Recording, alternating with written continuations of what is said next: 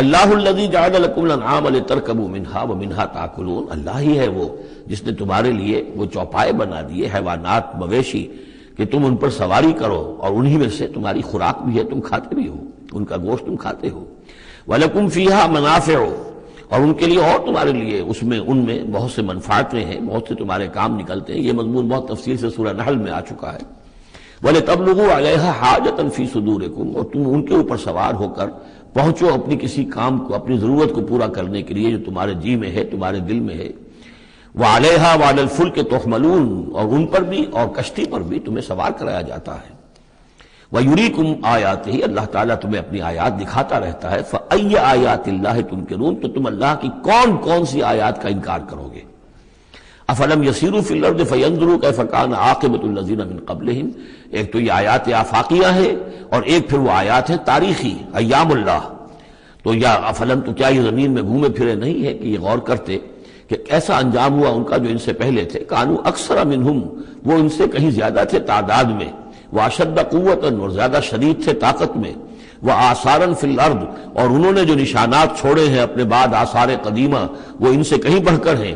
فما اغنی عنہم ما کانوا یکسبون، تو بچا نہ سکی اللہ کے عذاب سے انہیں وہ چیزیں کہ جو وہ کمائی کرتے رہے تھے۔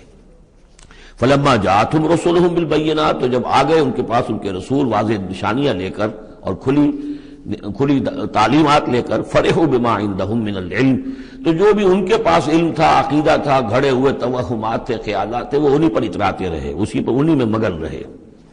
وحاق بهم ما كانوا به يستهزئون، اور جو حق آیا تھا اس پر کا مذاق اڑا رہے تھے، وہ پھر ان کے اوپر الٹ کر پڑا اور اس نے ان کو اپنے گھیرے میں لے لیا۔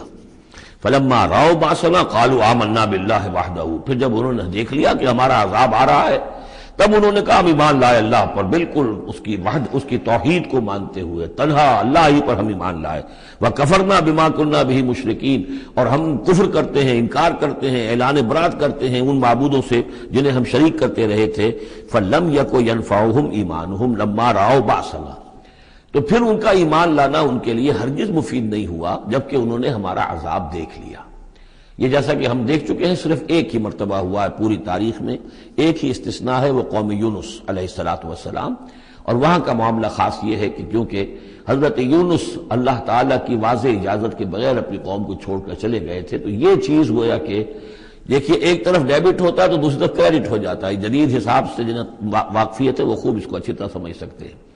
نبی کے کھاتے میں جو ڈیبٹ آیا قوم کے لیے کریڈٹ بن گیا، اس لیے کہ اب اس کی وجہ سے وہ استثناء ہو گئی پوری تاریخ کے اندر کہ عذاب کے آثار شروع ہونے کے باوجود ان کی توبہ قبول کر لی گئی۔ سنت اللہ التی قد خلت فی عبادہ، یہ تو اللہ کی وہ سنت ہے، اللہ کا وہ دستور ہے جو اس کے بندوں میں جاری رہی ہے، یہ دستور جاری رہا ہے۔ وخسر ہنالک الکافرون، اور یہ کہ پھر اصل خسارہ تو کافروں کے لیے ہی ہے۔